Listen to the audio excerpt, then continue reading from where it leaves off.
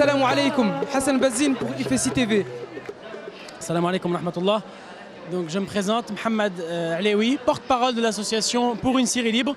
Donc, nous sommes une association qui s'est formée en même temps que les événements qui ont eu lieu en Syrie, qui ont éclaté en mars dernier. Et l'objectif principal de cette association est de faire connaître la situation syrienne, de faire connaître la réalité de cette situation par rapport à tout ce qu'on peut entendre aujourd'hui dans les médias. Mais également aujourd'hui, nous avons vocation à être une association, nous nous revendiquons comme étant une association humanitaire d'aide aux victimes en Syrie qui sont aujourd'hui sous l'emprise d'une répression sanguinaire de la part du régime du dictateur Bachar el-Assad. Donc l'association Ligue pour une Syrie libre œuvre pour aider tous nos frères en Syrie, à l'intérieur de la Syrie, mais également donc les frères qui sont dans les camps de réfugiés. Nous réservons 5 à 10% de notre budget pour les frères qui sont dans les camps de réfugiés.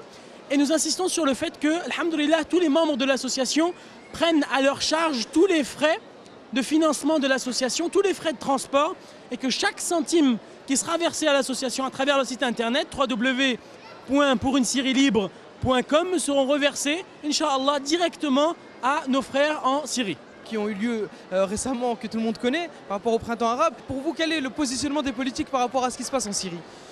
Aujourd'hui, donc, on a une lecture qui nous est présentée par un certain nombre d'anti-impérialistes, notamment de pseudo-intellectuels comme Alain Soral, qui est comme quoi la Syrie serait victime d'un complot présenté par un certain empire qui serait l'empire occidental et américain. Aujourd'hui, c'est une lecture biaisée des événements, puisqu'elle nous présente donc Poutine, la Russie, la Chine et l'Iran comme étant des leaders de l'anti-impérialisme et des résistants à cet empire-là. Aujourd'hui, nous proposons une autre lecture qui est beaucoup plus proche de la vérité. Wallahu a'lam. Aujourd'hui, la Syrie est un terrain d'affrontement. Donc les événements, d'abord, les événements qui ont lieu en Syrie sont basés uniquement sur des phénomènes de politique intérieure, sur une dictature sanguinaire qui existe aujourd'hui depuis plus de 44 ans. Seulement, ce qui se passe, c'est que ce conflit-là, de par la position stratégique de la Syrie, s'est internationalisé. Et nous sommes aujourd'hui le terrain d'affrontement entre, d'une part, la mafia européenne et occidentale, ou l'empire européen et occidental d'un côté, et de l'autre côté, l'empire russe, chinois et iranien. Seulement, d'un côté, les Américains et les Occidentaux parlent beaucoup mais ne font rien. Et d'un autre côté, les Russes, les Chinois et les Iraniens parlent très peu mais agissent beaucoup et soutiennent aujourd'hui le régime. Donc, par rapport à ce qui se passe en Syrie, présenter une lecture qui est, Inch'Allah, beaucoup plus proche de la réalité que ce que l'on peut entendre chez un certain nombre dans le paysage anti-impérialiste, et surtout appeler à la générosité, puisqu'aujourd'hui nous sommes non plus dans une logique d'immobilisme mais dans une logique d'action. Ce qui peut nous aider aujourd'hui, c'est la générosité de nos frères et sœurs, mais également de toute personne qui se revendique comme étant humaniste, puisque nous avons, alhamdoulilah, reçu des dons de la part de particuliers uniquement, et j'insiste sur ce point-là. Jusqu'à aujourd'hui, nous n'avons jamais reçu, et ça c'est pour toutes les personnes qui croient encore au financement de l'Arabie Saoudite, du Qatar et de la Turquie, et je ne sais encore quel pays. Aujourd'hui, nous n'avons, et je le dis, et je serai témoin devant Allah subhanahu wa ta'ala, nous n'avons jamais reçu dans notre association un centime qui provient ni du Qatar, ni de la Turquie, ni des États-Unis, ni de la France, ni d'aucun autre État. Nous avons reçu des financements des particuliers, quelle que soit leur religion et leur appartenance. Aujourd'hui, la position actuelle, c'est que nous avons beaucoup de bruit, beaucoup de paroles, beaucoup de discours, mais en termes d'action, j'insiste, de la part des politiques, nous n'avons absolument aucune action concrète pour pouvoir subvenir aux besoins du peuple syrien. Nous avons beaucoup d'opérations de communication, d'opérations médiatiques qui sont organisées par certains responsables politiques, mais sur le terrain, jusqu'à maintenant, malheureusement, nous n'avons absolument rien vu. Et tout ça pour une raison simple, j'ai envie de dire, c'est que la situation est beaucoup trop compliquée. Personne ne souhaite s'avancer vers ce peuple syrien, tout simplement pour la seule et unique raison, c'est qu'ils n'ont absolument aucun contrôle, et ils le savent, ils n'ont aucun contrôle sur cette mouvance révolutionnaire. Je parle de la mouvance révolutionnaire de l'intérieur. Cette mouvance est sortie et s'est affranchie de tous les liens, à casser les liens de l'esclavage de Assad, mais aussi à refuser les liens de l'esclavage de d'autres systèmes qui leur ont proposé en échange peut-être d'une aide. Elle s'est représentée comme étant une mouvance libre de toute influence politique étrangère, et c'est pour ça qu'aujourd'hui, tout simplement, personne n'intervient, parce que personne n'a un réel contrôle sur cette mouvance à l'intérieur de la Syrie. Kofi Annan a fait diverses propositions. Qu'est-ce que vous pensez de ces propositions faites par l'ONU? Est-ce que pour vous, elles ont un sens? Est-ce que pour vous, elles peuvent amener à un cessez-le-feu du côté du gouvernement? Aujourd'hui, je pense que la situation s'est assez éclaircie pour beaucoup de personnes. Car depuis plusieurs mois maintenant, à chaque fois nous observons, donc, que ce soit le plan de sortie de crise de la Ligue arabe, mais aujourd'hui l'actuel plan, c'est simplement aujourd'hui un ensemble de délais qui sont accordés à Assad pour pouvoir essayer d'écraser cette révolution.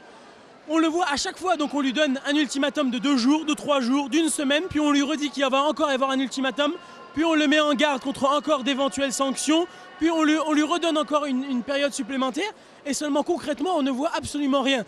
Si bien qu'aujourd'hui, ce geste-là ne sont pour nous simplement qu'une période, un délai supplémentaire afin que Assad puisse essayer encore une fois d'écraser cette révolution. Seulement, alhamdoulilah rabbil alamin, il n'y arrive pas. Malgré tout l'appareil militaire dont il fait preuve, il n'y arrive pas. Et aujourd'hui, le plan de Kofi Annan est pour nous un énième plan, un énième ultimatum, donc l'ultimatum de 10 avril. Et moi, je peux vous dire d'ores et déjà que cet ultimatum ne sera pas respecté par Assad. Et je vous donne rendez-vous à partir du 10 avril. Vous verrez que les troupes armées ne seront pas retirées de Syrie, les snipers ne seront pas retirés de Syrie non plus, et qu'Assad, il y aura encore des morts et des martyrs après le 10 avril en Syrie. Et je vous donne rendez-vous pour voir à quel point aujourd'hui cette politique a montré son échec. Le plan de la Ligue arabe a été un échec puisqu'il a été simplement accompagné de paroles en l'air, de menaces en l'air, et que Assad sait très bien que ces paroles ne seront suivies d'aucun acte. Par conséquent, comme vous l'avez dit à juste titre d'ailleurs, à chaque fois qu'il y a une nouvelle déclaration de responsables occidentaux et autres, le lendemain, on a une escalade de la violence, tout simplement parce que Assad sait que personne aujourd'hui n'a la volonté de le mettre en échec, à part le peuple syrien. Alors pour être juste peut-être préciser les choses, est-ce que vous prônez ici la théorie du complot? Aujourd'hui, la théorie du complot est quelque chose qu'on a énormément retrouvé au début de la Révolution. Même parmi nos frères et sœurs qui nous ont fait beaucoup de mal à ce niveau-là. Donc on nous a présenté, comme je vous l'ai dit, la Syrie comme étant victime d'un complot international de par une soi-disant position antisioniste. Seulement il est important de rappeler un fait, c'est qu'aujourd'hui, si ce régime était si antisioniste ça, comment est-ce qu'on explique qu'il n'y a à ce jour aucune faction palestinienne qui est sortie défendre Assad? Pas une, il y a plus de 27 factions palestiniennes qui défendent l'intérêt de la Palestine. Et aujourd'hui, il n'y en a pas une seule qui est sortie au grand jour en brandissant des drapeaux d'Assad, en brandissant les slogans de Assad pour défendre ce régime-là. C'est bien qu'aujourd'hui, il y a un problème. Aujourd'hui, ce que nous présentons, c'est que Assad se sert de l'antisionisme, pour se donner une légitimité politique à l'intérieur de la Syrie, mais aussi et surtout à l'extérieur. Et ça marche car la cause palestinienne, malheureusement, a été délaissée par tout le monde. Si bien qu'aujourd'hui, elle a été récupérée par par une certaine mafia qui se présente comme étant antisioniste alors que les Palestiniens n'leur ont rien demandé, et surtout qui aujourd'hui, à cause de cette position-là, légitime le massacre de leur propre peuple. Alors que comme je vous l'ai dit, aujourd'hui, jusqu'à l'heure d'aujourd'hui, nous n'avons vu aucune faction palestinienne défendre Assad. Pire encore, même le Hamas, qui était hébergé par Assad, aujourd'hui a dit clairement en Égypte, Ismail Haniyeh a pris position en disant « je suis pour le peuple syrien qui s'est courageusement battu pour des réformes et pour sa liberté ». Ça montre aujourd'hui à quel point ce discours est une tentative de récupération de la part de ce régime-là, et surtout n'est simplement que des paroles en l'air, puisque dans les faits, je vous rappelle simplement, quand Assad père est entré au Liban, il a perpétré de nombreux massacres contre les camps palestiniens de Tal el-Za'atar dans les années 70. Et pire encore, aujourd'hui, la frontière du Golan, depuis 44 ans, est la frontière la mieux gardée du monde arabe. Vous avez tous entendu parler d'un certain nombre de tensions à la frontière égyptienne, à la frontière jordanienne à une certaine époque, à la frontière libanaise. Je vous mets au défi, depuis 44 ans, de me montrer ne serait-ce qu'une demi-tension ou un petit problème qui a eu lieu dans la frontière syrienne. Assad utilise la question palestinienne pour légitimer les massacres qu'il fait à l'intérieur de ces pays. Il n'est ni pour cette cause palestinienne, et les Palestiniens d'ailleurs l'ont très bien dit. Je vous invite à vous référer à un certain nombre de manifestations qui ont eu lieu à l'intérieur même de la mosquée Al-Aqsa, où on a appelé à la chute de Assad. Donc, soit les Palestiniens sont complètement ingrats, soit la question est beaucoup plus compliquée que ça. Vous nous invitez à vérifier, on le fera avec grand plaisir. Vous nous apprenez beaucoup de choses, on vous en remercie. Alors, pour terminer, j'ai envie de vous demander... par rapport à tout ce qui se passe ici en France, d'accord, on sort un peu du contexte international maintenant pour en revenir au contexte national. Des climats règnent en France. Vous êtes au courant que 6 prédicateurs ont été interdits d'entrer. Qu'est-ce que vous en dites? Aujourd'hui, l'interdiction de 6 prédicateurs par l'actuel président est une interdiction. Et d'ailleurs, la communauté a très bien eu une mascarade politico-médiatique. Il faut savoir d'ailleurs que un des prédicateurs, Mahmoud Mansouri, tout simplement, était en France il y a un peu moins de 3 mois à la réunion, donc à la Rameau, à la RAMN de Lille, où il était là. Il a pu parler et prêcher en toute liberté. Seulement, on s'est aperçu, donc après les événements de Toulouse, que c'était effectivement peut-être quelqu'un de dangereux. Aujourd'hui, la communauté musulmane, ça l'a bien compris. Et je pense même qu'une grande partie de la communauté française, donc nos concitoyens, ont compris que c'était simplement une pure mascarade politico-médiatique préélectorale pour donner à Nicolas Sarkozy, qui pour moi, et je le dis alors là comme je le pense, est sûrement le pire président de la Ve République, pour lui donner simplement un second souffle et pouvoir essayer de rebondir pour gagner une campagne électorale qui s'annonce peut-être perdue. Je prends des précautions, qu'il y a toujours des rebondissements.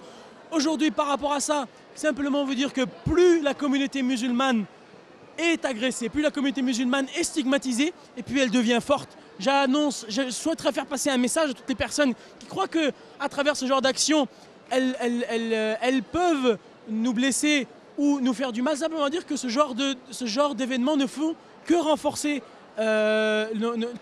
renforcer notre solidarité en interne et nous permettent aujourd'hui donc de communiquer avec nos concitoyens en leur présentant tout simplement la réalité qui est que tous les prédicateurs qui ont été invités n'ont jamais tenu de discours ni antisémite, ni extrémiste. Et même la plupart d'entre eux pouvaient rentrer et sortir en France. Le Cheikh Basfar, qui assistait de manière quasi unanime à toutes les réunions de l'UOIF, curieusement, on s'aperçoit donc après 10 ans de présence qu'il porterait un danger en termes de discours. Ça, c'est pour la partie des événements. Maintenant, je voudrais, Inch'Allah, m'adresser à mes frères et sœurs. Et s'il y a un message qu'il faut retenir de ce qui s'est passé dans nos pays, c'est qu'à partir de maintenant, et c'est très important, on ne veut plus accepter l'injustice. Nous avons souffert de l'injustice post-coloniale pendant des décennies. À partir d'aujourd'hui, que ce soit partout, que ce soit dans votre travail, que ce soit dans votre relation, n'acceptez plus l'injustice. Quand vous subissez une injustice, eh bien dites-le, battez-vous dans les moyens légaux, faites revendiquer vos droits, mais surtout aujourd'hui, ne soyez pas immobile par rapport à cette injustice-là. Sortir d'une part de l'immobilisme. Agissez, faites n'importe quoi, tout ce que vous pouvez, même si vous vous trompez, agissez en France ici.